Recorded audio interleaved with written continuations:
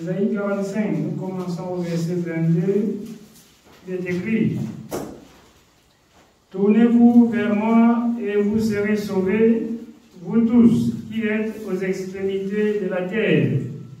Dieu appelle tout le peuple, qui que tu sois, de te retourner vers lui pour être sauvé. Dieu a tant aimé le monde étant injuste, Dieu aimant un peuple injuste, alors a envoyé son Fils unique, Jésus-Christ, souffrir la croix, pour que toute la population de la terre soit sauvée. C'est la raison pour laquelle, par la bouche de son serviteur Ésaïe, tournez-vous vers l'Éternel et vous serez sauvés. Il arrive, mes bien-aimés, que nous prions et que Dieu n'écoute pas, juste parce que nous nous sommes tournés du côté du monde et puis nous appelons Dieu de nous retrouver dans le monde pour agir. Non, Dieu c'est un Dieu juste, c'est le premier juge juste. Si vous voulez le secours de Dieu, tournez-vous à l'Éternel, faites-lui confiance, alors et il agira. C'est ça la parole de l'Éternel. Vous ne pouvez pas servir Dieu sans croire à ce que Dieu a dit, et Dieu agit aussi dans votre vie. Ce serait très impossible, très injuste de la part de l'Éternel. Déjà qu'il dit dans Romains 14, 23, tout ce qui n'est pas le fruit d'une conviction est péché. Si tu n'es pas convaincu que le Dieu que tu sais agit au-delà de tes attentes, c'est que tu ne pourras pas bénéficier de la grâce de Dieu. Tournez-vous vers l'Éternel et vous serez sauvés. Amen. Oui, on continue bien. Car je suis Dieu et il n'y en a point d'autre. Je le jure par moi-même, la vérité sort de ma bouche et ma parole ne sera point révoquée. Alors il dit qu'il est Dieu et qu'il n'y a point d'autre Dieu semblable à lui. Sa parole, il ne peut pas changer. Les hommes peuvent changer, mais ce qu'il a dit reste ce qu'il a dit. Ce que Dieu a dit reste ce que Dieu a dit. Bien-aimé, si tu veux que Dieu agisse dans ta vie, agis aussi dans sa parole. Si tu veux que Dieu agisse dans ta vie, toi aussi, agis selon sa parole. Et il agira dans ta vie. C'est pourquoi, Jean 14, 15, le Seigneur dit, si quelqu'un meurt, il gardera ma parole. Il gardera ma parole. Vous voyez, en ce fin des temps, parce que je dirais, tous les signes de prophétie sont en train de s'accomplir. Et vous voyez, alors chacun s'autoprogramme, grand serviteur, grand prophète, grand ceci et grand cela. Comme si Dieu aurait choisi d'autres gens en qui il agit beaucoup et que ce gens-là détient le monopole de la vie pour que vous partez vers eux prendre la vie. Jamais. Si vous obéissez à la parole de Dieu, où que vous soyez, vous mettez vos genoux au sol, Dieu agit. C'est pourquoi il est omniscient et omnipotent. Il est partout. Au même moment, vous priez Dieu. Vous êtes sincère, vous croyez. C'est la raison pour laquelle, dans Hébreux 4, il dit au jour d'aujourd'hui, si vous entendez sa voix, n'endurcissez pas vos cœurs. Laissez-vous conduire selon la parole de Dieu et Dieu agira pour vous. Je rappelle toujours au peuple de Dieu, le Seigneur avec les 70 disciples, quand il les a envoyés en mission, alors ils sont rentrés, ils étaient tout contents que même les esprits les ont été soumis. Le Seigneur les a dit, efforcez-vous que vos noms soient trouvés inscrits dans le livre de vie. On ne se glorifie pas qu'on a chassé l'esprit. On ne se glorifie pas qu'on a prié et qu'on a fait des démonstrations de force. L'homme sage et intelligent, c'est celui qui cherche à écrire son nom dans le livre de vie.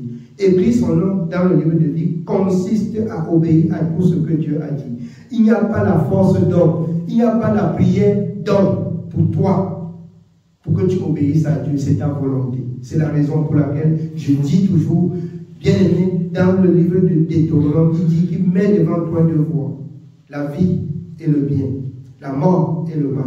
Choisis la vie afin de vivre. Ne choisis pas la mort, après tu dis que tu vas trouver des super hommes de Dieu et prie pour toi pour que tu aies la vie. L'homme de Dieu, c'est qui? Dieu, c'est la raison pour laquelle il dit sa parole est irrévocable. Si tu as écouté, tu as fait ce qu'il a dit, tu bénéficieras, tu vas bénéficier de ce qu'il a dit. La promesse qui s'attache à la parole que tu as obéie serait ton partage. Il n'y a rien à faire. Il n'y a rien à faire. Donc, mes bien-aimés, ta vie avec le Seigneur dépend de ton engagement, de ton obéissance. Amen. Amen. Oui, on continue. Je le jure par moi-même, la vérité sort de ma bouche et ma parole ne sera point révoquée.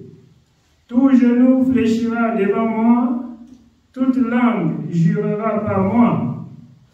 En l'Éternel seul me dira-t-on, réside la justice et la force.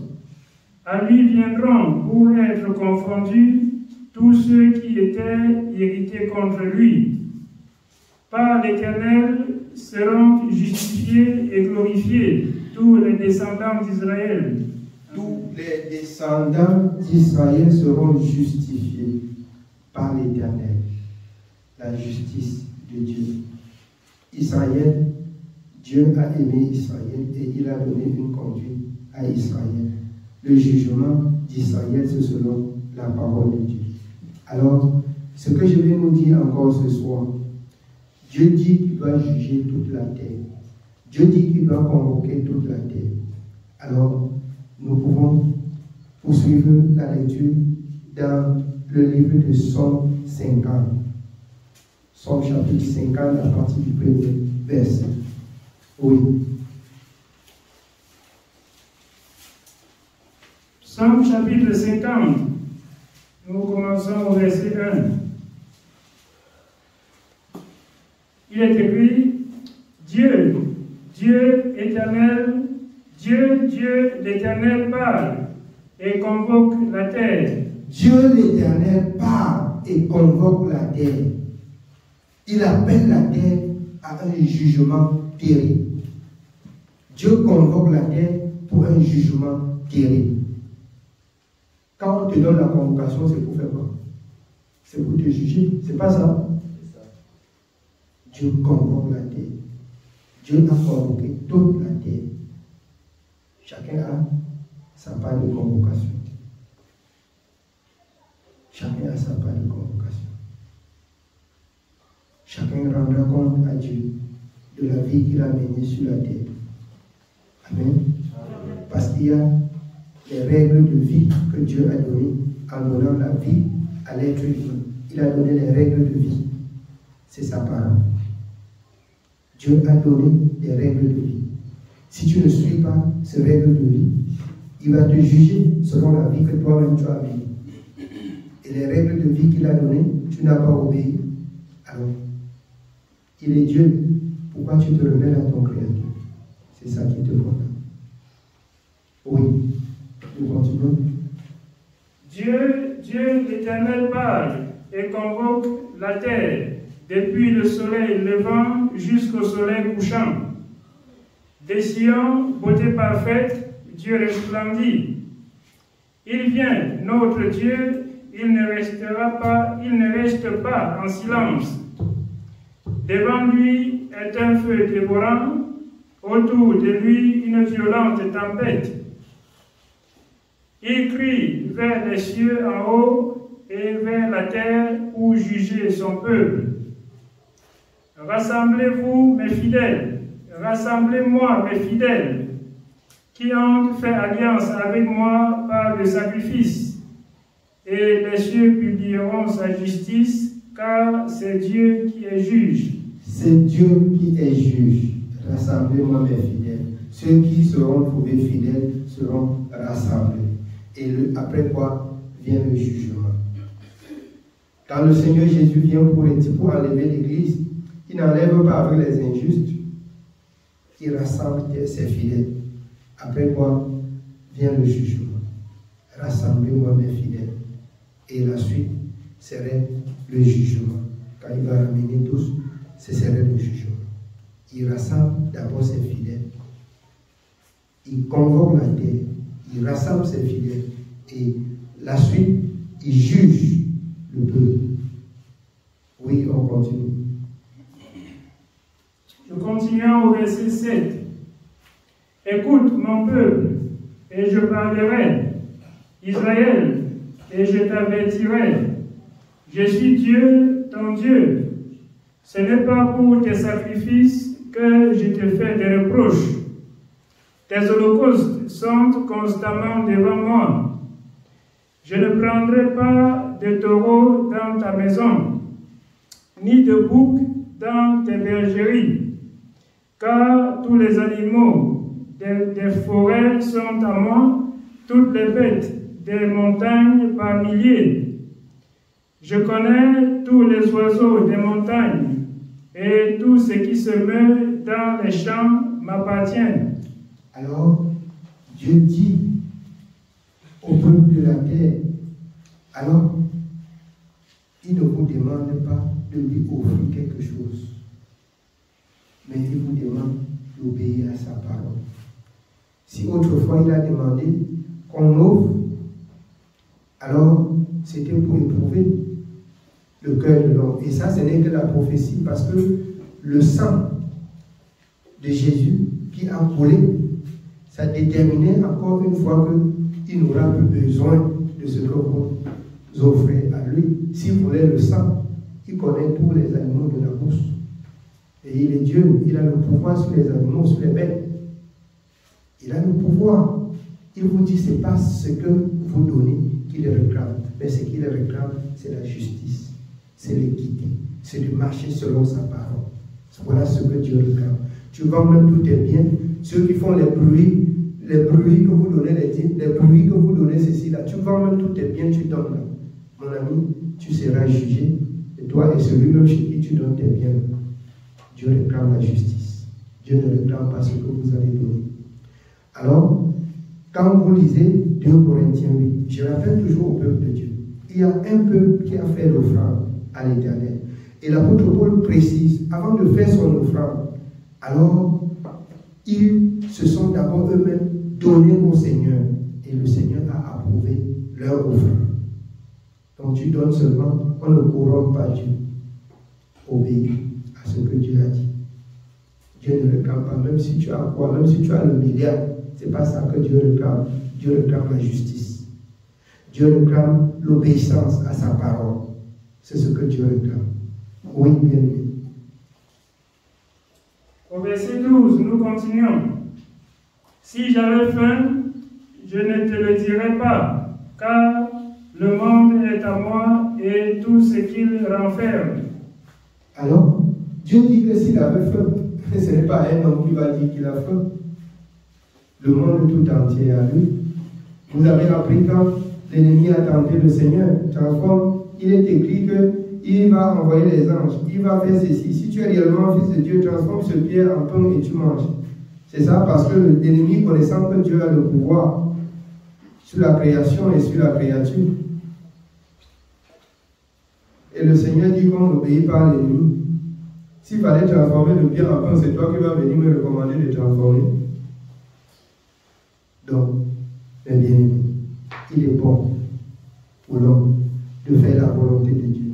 Et faisant la volonté de Dieu, d'apprendre à écouter Dieu, à comprendre Dieu. C'est ça. Sinon, chemin faisant, pour le service de Dieu, l'ennemi va parler, tu vas obéir. L'ennemi va parler, tu vas obéir. Et quand Dieu va parler, tu vas dire, c'est un homme qui parle. Amen. Donc il faudrait apprendre d'abord à comprendre Dieu. Amen. Oui, nous continuons. Nous continuons au verset 13. Est-ce que je mange la chair des taureaux? Est-ce que je bois le sang des boucs? Offre pour sacrifice à Dieu des actions de grâce et accomplis tes vœux envers le Très-Haut. et invoque-moi au jour de la détresse. Je te délivrerai et tu me glorifieras. Et Dieu dit aux méchants, quoi donc? Tu énumères mes lois et tu as mon alliance à la bouche, toi qui hais les avis et qui jettes mes paroles derrière toi. Tu jettes ces paroles derrière toi. Tu jettes ces paroles. Tu écoutes. Tu dis, ah, laissez les gens tranquilles. Et après, tu as des problèmes. Tu es celui qui veut que Dieu agisse. Pendant ce temps, il a parlé aussi. Tu as lancé la main. Ah, quel Dieu va agir pour toi? Ce serait difficile. Oui, bien aimé. Au verset 18. Si tu vois un voleur, tu te plais avec lui, et ta part est avec les adultères. Tu livres ta bouche au mal, et ta langue est un tissu de tromperie. Tu t'assieds et tu parles contre ton frère. Tu diffames le fils de ta mère. Voilà ce que tu as fait, et je me suis tu. Tu t'es imaginé que je te ressemblais, mais je vais te reprendre et tout mettre sous tes yeux. Prends-y donc garde, prenez-y donc garde, vous qui oubliez Dieu, de peur que je ne déchire sans que personne délivre. Celui qui offre pour sacrifice des actions de grâce me glorifie, et à celui qui veille sur sa voie, je ferai voir le salut de Dieu. À celui qui veille sur ses voies, il fera voir le salut de Dieu. Donc, mes bien-aimés, c'est la justice que Dieu réclame. C'est l'obéissance à la parole. L'obéissance pour Dieu vaut mieux que les sacrifices. Amen. L'obéissance vaut mieux que les sacrifices. Oui, on finit. Que Dieu soit béni. Amen. Oui, je ne vais pas beaucoup vous retenir. Que le Seigneur vous bénisse. Allez et méditez pour comprendre si vous obéissez au Seigneur ou pas. Que chacun apprenne à écouter et à faire la volonté de Dieu. Que le Seigneur nous bénisse au nom de Jésus-Christ.